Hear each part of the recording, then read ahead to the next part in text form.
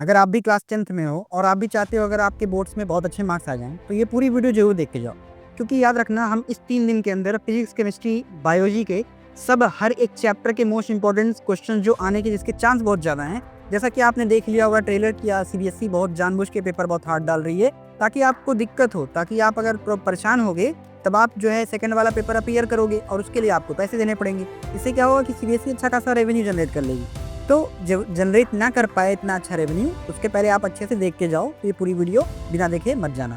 तो चलिए स्टार्ट करते हैं। आज हम पहला टॉपिक हमारा मतलब कि पहला क्वेश्चन होगा आज का हमारा टॉप 10 क्वेश्चंस में।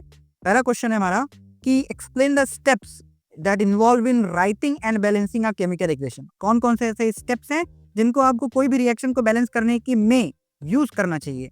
याद रखना होता क्या, हमें पता है आपको भी बैलेंस करना बहुत अच्छे से आता है, लेकिन याद रखना इसके भी कुछ स्टेप्स होते हैं। मान लो एग्जामिनर ये ना बोलते कि इस इक्वेशन को बैलेंस करो, बल्कि आपसे पूछ लेता है कि कौन कौन से स्टेप में हमको बैलेंस करना पड़ता है, तो ये क्वेश्चन बहुत अहम हो जाएगा। तो आइए उन्हीं स्टेप्स को देखते हैं। स्टेप्स क्या है, कौन कौन से स्टेप हम यूज करेंगे while writing a chemical equation. तो पहला स्टेप है हमारा राइटिंग वर्ड इक्वेशन। पहले आपको उसको वर्डिंग्स में डालो, जैसे रिएक्टेंट और प्रोडक्ट जो होगा उसको आप वर्डिंग्स में लिखो। कैसे? जैसे कि यहाँ पे आपको मैग्नीशियम का रिएक्शन करना है ऑक्सीजन के साथ, तब वो मिल के क्या देगा, वो मिल के आपको देगा मैग्नीशियम ऑक्साइड। तो ये क्या हो गया, वर्डिंग्स में, ये पहला स्टेप था। देन सेकंड स्टेप क्या कहता है कि उसका आप स्केलेटन बनाओ, राइट स्केलेटन इक्वेशन, उसको आप स्केलेटन इक्वेशन में कन्वर्ट करो, मतलब convert the writing part into a symbolic formula. मतलब आपने ये जो मैग्नीशियम और ऑक्सीजन लिखा, तो अब इसको इसके सिंबल्स में लिखो, ठीक है, इसको आप उसके सिंबल्स में लिखो, ठीक है। जैसे कि यहाँ पे लिख दिया हम Mg, मैग्नीशियम का Mg हो गया, ऑक्सीजन है O2, मैग्नीशियम ऑक्साइड हो गया आपका MgO। क्लियर इतना? चलिए, देन मैं आपको एक बात यहाँ पे बताना चाहूंगा कि देखो मैग्नीशियम और ऑक्सीजन ऐड होके MgO बनाए, यानी कि मैग्नीशियम ऑक्साइड कैसे हुआ अभी जानते हैं। देखो दरअसल मैग्नीशियम पे होता है +2 का चार्ज, बेटा मांगे मतलब ये सेकेंड ग्रुप का होता है, यानी ये अल्कली अर्थ मेटल्स के ग्रुप के हैं, ठीक है। अल्कली अर्थ ग्रुप के मेटल मतलब कि जो सेकंड ग्रुप के मेटल होते हैं उन पे +2 का चार्ज आता है। तो मैग्नीशियम पे +2 चार्ज होता है, ठीक है, और ऑक्सीजन पे होता है -2 का चार्ज। मैंने बताया कि जब भी कोई एलिमेंट कंबाइन होता है तो उन दोनों के चार्जेस एक दूसरे के पैर पे आ जाते हैं, लेकिन सिर्फ और सिर्फ मैग्नीट्यूड आता है, साइन नहीं। तो Mg का जो 2 है ये यहाँ पे आ गया, ये भी यहाँ पे आ गया। या तो आप ऐसे करो, लेकिन अगर कॉमन सेंस क्या कहता है कि अरे भैया +2 और -2, प्लस माइनस से माइनस, यानी ये कट जाएंगे। अगर कट जाएंगे तो हमारे पास क्या बचेंगे, अगर कट जाएगा तो हमको मिलेगा MgO, ठीक है, जैसा कि यहाँ पे है। क्लियर इतनी बात? देन थर्ड स्टेप है बैलेंसिंग द इक्वेशन। देन आप करो क्या कि यहाँ पे एटम्स देखो दोनों साइड, आपको बोथ साइड एटम्स देखना है, और यहाँ पे आपका यूज होगा law of conservation of mass. Might be question can be ask कि यहाँ पे हम बैलेंस करते हैं तो बैलेंसिंग में कौन सा हम मतलब कि कौन सा यहाँ पे थ्योरी मतलब लॉ लगाते हैं, तो आप वहाँ पे डालिएगा लॉ ऑफ कंजर्वेशन ऑफ मास के तहत हम इसको बैलेंस करते हैं। और इसको बड़ा सिंपल सा करने का तरीका है, आपको एनालाइज करना है। देखो इधर मैग्नीशियम कितना है, इधर मैग्नीशियम ये क्या है, रिएक्टेंट है, ये हमारा प्रोडक्ट है। रिएक्टेंट में मैग्नीशियम 1 है, ऑक्सीजन 2 है, और प्रोडक्ट में ऑक्सीजन 1 है, मैग्नीशियम भी 2 है। तो करें क्या, यहाँ पे हम 2 लगा देंगे।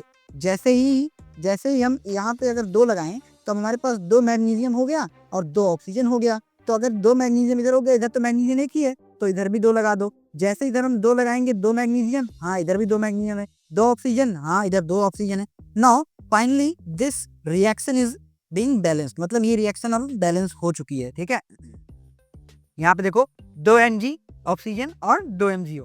देन आपको last but not the least, सारे बच्चे इस स्टेप को मिस करते हैं। लास्ट में आपको कंप्लीट अगर आपको कंप्लीटली सारा रूल यूज करके इक्वेशन को बैलेंस करना है, तो वहां पे आपको उसके फिजिकल स्टेट्स जरूर जरूर जरूर मेंशन करनी है। जैसे सॉलिड के लिए छोटा सा S लगा दीजिए, और लिक्विड के लिए L, गैस के लिए g और एक्वस के लिए A, ठीक है। Then moving to next question, that is what is chemical reaction. Chemical reaction क्या है और डिस्क्राइब करना है आपको its main characteristics with suitable example. आपको एक एग्जाम्पल साथ केमिकल रिएक्शन बताना है क्या है। केमिकल रिएक्शन आप सभी को पता है कि a chemical reaction is a process in which one or more substance get changed into new substance. एक सब्सटेंस किसी नए सब्सटेंस में बदल जाए और वो वापस इरिवर्सिबल ना हो, ये याद रखना, this is most important keywords in the definition of chemical reaction, कि वो रिएक्शन वापस इरिवर्सिबल ना हो, that is called chemical reaction. Characteristics क्या है केमिकल रिएक्शन की? पहला कि चेंज इन कलर, कलर में चेंज हो जाना। एग्जांपल क्या डाल सकते हो आप कलर चेंज का? कलर चेंज का आप एग्जांपल डाल सकते हो आयरन रस्टिंग टर्न्स ब्राउन, है ना, जंग लग जाना लोहे के आर्टिकल्स में। देन चेंज इन स्टेट, बर्फ गल के वाटर में बन जाए और वाटर से स्टेट चेंज हो जाए, ठीक है, गैस में कन्वर्ट हो जाए, मतलब स्टीम। थर्ड है हमारा evolution of gas. Evolution of gas में आप सभी को पता है, मैंने कई बार बताया कि जब भी मेटल की रिएक्शन एसिड के साथ होगी तो H2 गैस निकलेगी। और इसी H2 गैस का मैं बार बार कहता हूँ क्या क्या टेस्ट होता है, इसी H2 का प्रेजेंस जानने के लिए हम पॉप टेस्ट करवाते हैं, ठीक है, आ सकता है। देन चेंज इन टेम्परेचर, याद रखना, आप हाथ में वॉशिंग पाउडर लो और थोड़ा सा इसको पानी में डिप करो तो आपका हाथ गर्म लगेगा, क्योंकि ये एक्सोथर्मिक रिएक्शन है। एक्सोथर्मिक में होता क्या है, एक्सोथर्मिक में हीट इवॉल्व होती है, ठीक है। देन हमारा फिफ्थ एग्जांपल है फॉर्मेशन ऑफ प्रेसिपिटेट, मतलब आप कोई रिएक्शन करो, नीचे उसमें कोई चीज सेटल डाउन हो जाए। जैसे हम यहाँ पे लेते हैं सिल्वर नाइट्रेट का एग्जांपल, जब सिल्वर नाइट्रेट रिएक्ट होगा NaCl मतलब कि सोडियम क्लोराइड के साथ, तो आपको NaCl एज अ प्रेसिपिटेट मिलेगा और सोडियम नाइट्रेट आपको एज अ बाई प्रोडक्ट मिलेगा, ठीक है। Then moving to third question, explain different type of chemical reactions with example. आपको अलग अलग केमिकल रिएक्शन बताने हैं एग्जांपल के साथ, आप सभी को ये तो पता ही होगा। पहला है हमारा कॉम्बिनेशन रिएक्शन। कॉम्बिनेशन रिएक्शन में दो एलिमेंट कंपाउंड नहीं, दो एलिमेंट मिलकर एक कंपाउंड बना दे, that is called chemical, that is called combination reaction. जैसे अच्छा एक बात और, यहाँ पे जैसे हमने एलिमेंट जोड़ के कंपाउंड बनाया, अब ये इसी पे रिस्ट्रिक्ट नहीं है, आपका फर्दर यहाँ पे डबल डिस्प्लेसमेंट की एग्जांपल हो सकती है। मान लो कि यहाँ पे कंपाउंड भी जुड़ के कुछ बना रहे हो, जैसे यहाँ पे कैल्शियम ऑक्साइड, यानी कि याद करो इसका नाम है कैल्शियम ऑक्साइड, मतलब इसका कॉमन नेम क्या होता है, क्विकलाइम के नाम से जाना जाता है, ठीक है। मैं पानी डाला तो हमें क्या बन गया, हमें मिल गया स्लेक्ड लाइम, जिसको बोलते हैं कैल्शियम हाइड्रोक्साइड, हिंदी में इसको बोलते हैं बुझा चूना, इसको बोलते हैं हम लोग चूना। सेकेंड हमारा टाइप है डिकम्पोजिशन रिएक्शन। डिकम्पोजिशन रिएक्शन मतलब टूटना, ठीक है, इसमें कोई भी चीज ब्रेक हो जाती है, ठीक है। एग्जाम्पल क्या है, कैल्शियम कार्बोनेट को हीट करेंगे हम तो CaO और कार्बन डाइऑक्साइड रिलीज हो जाएगी। याद रखना, मैंने कई बार बताया, जब भी कभी रिएक्टेंट में कार्बोनेट दिखे तो आंख बंद करके पहले CO2 रिलीज कर दो। थर्ड हमारा डिस्प्लेसमेंट रिएक्शन। डिस्प्लेसमेंट रिएक्शन में एक एलिमेंट जो होता है किसी कंपाउंड में से अपने से लिस्ट रिएक्टिव एलिमेंट को डिस्प्लेस कर दे। जैसे जिंक यहाँ पे रिएक्टिव ज्यादा है कॉपर के कंपैरिजन में, तो जिंक जो है कॉपर सल्फेट सोल्यूशन में से कॉपर को रिमूव कर देगा और बना लेगा जिंक सल्फेट। देन आता है हमारा डबल डिस्प्लेसमेंट रिएक्शन। अगर कभी ना याद है डबल डिस्प्लेसमेंट रिएक्शन तो याद रखना न्यूट्रलाइजेशन रिएक्शन डाल देना, मतलब एसिड बेस की रिएक्शन कर देना, सॉल्ट और रिस्पेक्टिव सॉल्ट और वाटर रिलीज कर देना। यहाँ पे लेकिन हमने दिया है किसका, सोडियम सल्फेट का रिएक्शन। करना क्या, ये बहुत सिंपल सी रिएक्शन है, बिल्कुल ध्यान से देखिए। सोडियम पे है प्लस का चार्ज, सल्फेट पे होता है -2 का चार्ज, बेरियम पे होता है +2 का चार्ज, इस पे होता है माइनस का चार्ज, ठीक है। करना क्या है आपको, इसके प्लस को इसके माइनस से जोड़ दो, इसके माइनस को इससे प्लस के जोड़ दो, हमारा सारा कंपाउंड बनके रेडी है, ठीक है। फोर्थ है हमारा what is oxidation and reduction. Simple है, ऑक्सीजन ऐड हो जाए ऑक्सीडेशन हो रहा है, ठीक है। हाइड्रोजन रिमूव हो जाए तब भी ऑक्सीडेशन हो रहा है। रिडक्शन क्या है, हाइड्रोजन ऐड हो जाए रिडक्शन हो रहा है, ऑक्सीजन रिमूव हो जाए रिडक्शन ही हो रहा है, ठीक है। तो भाई यहाँ पे ऑक्सीडेशन क्या है, एडिशन ऑफ ऑक्सीजन और रिमूवल ऑफ हाइड्रोजन। जैसे कॉपर में ऑक्सीजन जुड़ गया तो क्या है, ऑक्सीजन कंबाइन हो रहा है ना, तो ऑक्सीडेशन प्रोसेस हो गया। Then reduction removal of hydrogen, oxygen निकल जाए या फिर हाइड्रोजन ऐड हो जाए। जैसे CuO है, मतलब कि हमारा कॉपर ऑक्साइड है जिसमें हाइड्रोजन हमने ऐड किया तो क्या बना, देखो हाइड्रोजन पहले अकेला था, अब जो है वाटर के साथ, मतलब कॉपर ने साथ छोड़ दिया, किसके साथ छोड़ दिया, ऑक्सीजन ने, मतलब ऑक्सीजन रिमूव हो गया, और रिमूवल ऑफ ऑक्सीजन ही तो कहलाता है रिडक्शन। देन रिडॉक्स, ऐसी रिएक्शन जिसमें रिडक्शन और ऑक्सीडेशन दोनों हो रहे हो। जैसे जिंक, ध्यान से देखना, इसको मैं थोड़ा समझा देता हूँ। देखो जिंक पहले अकेला था, ठीक है, बाद में जिंक का साथ कौन दे दिया, ऑक्सीजन, मतलब यहाँ पे एडिशन ऑफ ऑक्सीजन हो गया। एडिशन ऑफ ऑक्सीजन मतलब जिंक का क्या हो गया, ऑक्सीडेशन हो गया, क्योंकि ऑक्सीजन ऐड हुआ ना। कॉपर का साथ पहले ऑक्सीजन दे रही थी, बाद में कॉपर का साथ ऑक्सीजन छोड़ दिया, कॉपर अकेला पड़ गया। तो कॉपर अकेला पड़ गया मतलब यहाँ पे माइनस ऑफ ऑक्सीजन हो गया, और ऑक्सीजन का निकल जाना क्या कहलाता है, रिडक्शन। क्लियर है क्या। देन फिफ्थ है what is corrosion, explain rusting of iron and it's prevention. Corrosion क्या है? किसी भी मेटल आर्टिकल की एक लेयर डिस्ट्रक्ट हो जाए, उसकी स्ट्रेंथ कम हो जाए, उसी को हम कहते हैं corrosion. Slow degradation of metal due to reaction with air and moisture is called corrosion. Example में डालोगे आप रस्टिंग ऑफ एन आयरन, इसका रिएक्शन जरूर डालोगे, Fe plus O2 plus XH2O gives Fe2O3 dot XH2O, ठीक है, याद रखना डॉट XH2O याद रखिएगा। इसी रिएक्शन को बैलेंस करने के लिए कई बार देते हैं, तो भूलना मत इसको। प्रिवेंशन कैसे हम लोहे को बचा सकते हैं जंग लगने यानी रस्टिंग से? पहला भाई पेंट कर दीजिए उसके मतलब कि देखो लोहे के ऊपर अगर एक पेंटिंग क्लियर आ जाएगी तो मॉइस्चर से अवॉइड करेगा। इसी तरह गैल्वेनाइजेशन, ग्रीसिंग और एलॉइंग मेथड। क्वेश्चन 6 हमारा एक्सप्लेन रेंसिडिटी। रेंसिडिटी खाद्य पदार्थ में होता है, ठीक है, और इसको कैसे बचा सकते हैं? रेंसिडिटी में ऑक्सीडेशन हो जाता है किसका? फैट और ऑयल का, मतलब वसा और तैलीय पदार्थ का ऑक्सीडेशन हो जाए, जिसकी वजह से बैड स्मेल आने लगे और बैड टेस्ट आने लगे, खाना में बदबू आने लगे, तो उससे क्या कहते हैं? रेंसिडिटी। कैसे बचा सकते हैं? एयर टाइट कंटेनर्स में रखिए, रेफ्रिजरेटर में रख सकते हैं, यहाँ पर टेम्परेचर बहुत लो हो, एंटी ऑक्सीडेंट का यूज कर सकते हैं, नाइट्रोजन पैकेजिंग जैसे कि आपके चिप्स में, ये सारी चीजें कर सकते हैं अवॉइड करने के लिए। 7th क्वेश्चन हमारा, why should chemical equation be balance? क्यों केमिकल इक्वेशन को हम बैलेंस करते हैं? और एक्सप्लेन करिए विच लॉ इन्वॉल्व। पहली चीज याद रखिएगा, बैलेंस्ड इक्वेशन जो हम इसलिए करते हैं क्योंकि बैलेंस इक्वेशन ओबे करती है law of conservation of mass.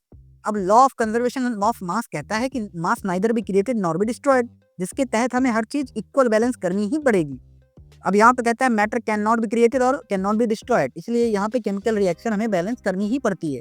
Example इसका ऐसे है, H2 और O2 मिलकर बनाते हैं H2O जो कि अनबैलेंस है, तो यहाँ पे हम याद रखिएगा, यहाँ पे हमने 2 लगा दिया तो यहाँ पे हाइड्रोजन कितने हो गए? 2 दूनी 4 और ऑक्सीजन 2 है, तो देखो यहाँ पे हमने बैलेंस कर दिया, 2 दूनी 4 हाइड्रोजन 2 ऑक्सीजन, ये लास्ट वाली सेकंड वाली बैलेंस हो गई।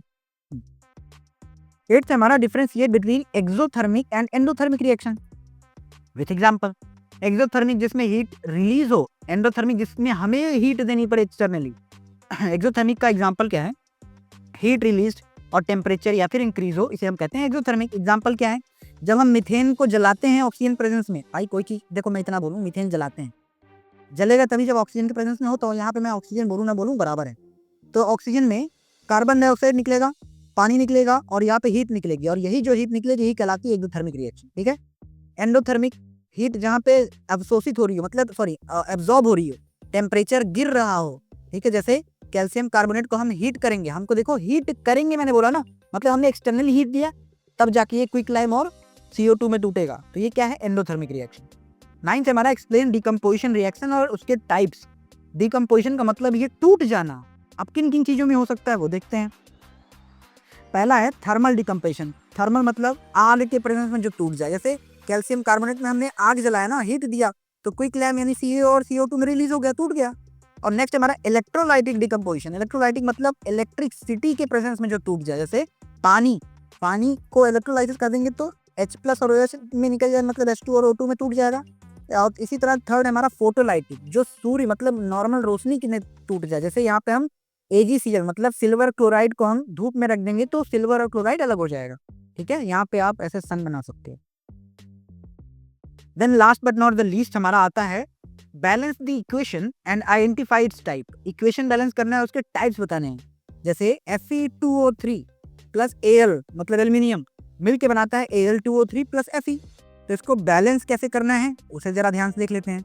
देखो ध्यान से, यहाँ पे आयरन 2 है, इधर आयरन 1 है, आयरन, ठीक है, ऑक्सीजन इधर 3 है और इधर ऑक्सीजन 3 है, एल्यूमिनियम इधर 1 है इधर 2 है। तो करना क्या है हमें, ध्यान से देखिए। अब यहाँ पे एल्यूमिनियम अगर हम 2 ले लेते हैं, मान लो एल्यूमिनियम हम अगर यहाँ पे 2 लिख लेते हैं, तो देखो यहाँ पे 2 एल्यूमिनियम इधर हो गया, 2 एल्यूमिनियम इधर हो गया, इधर बराबर हो गया केल, ठीक है। अब देखो इधर ऑक्सीजन 3 है, ऑक्सीजन 3 बराबर। अब आयरन इधर 2 है इधर 1 है, तो यहाँ पे सिंपली 2 लगा दो, तो हमारी रिएक्शन क्या हो गई, फर्दर बैलेंस हो गई, ठीक है। टाइप ए हमारा, ये हमारा डिस्प्लेसमेंट रिएक्शन का एग्जाम्पल है, और ये है हमारी एक्सोथर्मिक रिएक्शन जिसमें हीट जो है रिलीज होगी, इवॉल्व होगी, और यही है हमारा रेडॉक्स रिएक्शन। कैसे रेडॉक्स रिएक्शन अभी देख लेते हैं। यहाँ पे ऑक्सीजन के साथ आयरन के साथ ऑक्सीजन था, बाद में आयरन अकेला है, मतलब ऑक्सीजन छोड़ गई, मतलब ऑक्सीजन निकल गई, और रिमूवल ऑफ ऑक्सीजन क्या कहलाता है, रिडक्शन कहलाता है। रिमूवल ऑफ ऑक्सीजन रिडक्शन कहलाएगा, ठीक है। अब देखो यहाँ पे एल्यूमिनियम अकेला है, बाद में एल्यूमिनियम के साथ कौन आ गया, ऑक्सीजन जुड़ गई, और ऑक्सीजन का जुड़ना क्या कहलाता है, ऑक्सीडेशन। तो इसमें तो हो गया ऑक्सीडेशन, ऑक्सीडेशन, और इसमें हो गया रिडक्शन। तो दोनों रिडॉक्स, रिडक्शन का रे और ऑक्सीडेशन का ऑक्स, बन गया रेडॉक्स रिएक्शन। ठीक है, तो that's it for the day. Chemical equation से यही सारे 10 क्वेश्चन आने की हाई प्रोबेबिलिटी है, इनको करके जाओ। इसका मतलब ये नहीं कि चैप्टर नहीं पढ़ना है, चैप्टर भी पढ़ के जाओ। बाकी आप सबको इसी तरह कंसिस्टेंसी के साथ आप लगे रहिए, अच्छा जाएगा पेपर, डोंट पैनिक। सभी आपने अच्छा मेहनत किया, सब अच्छा जाएगा। मिलते हैं आप सभी से next chapter with next most important questions. Till then stay healthy.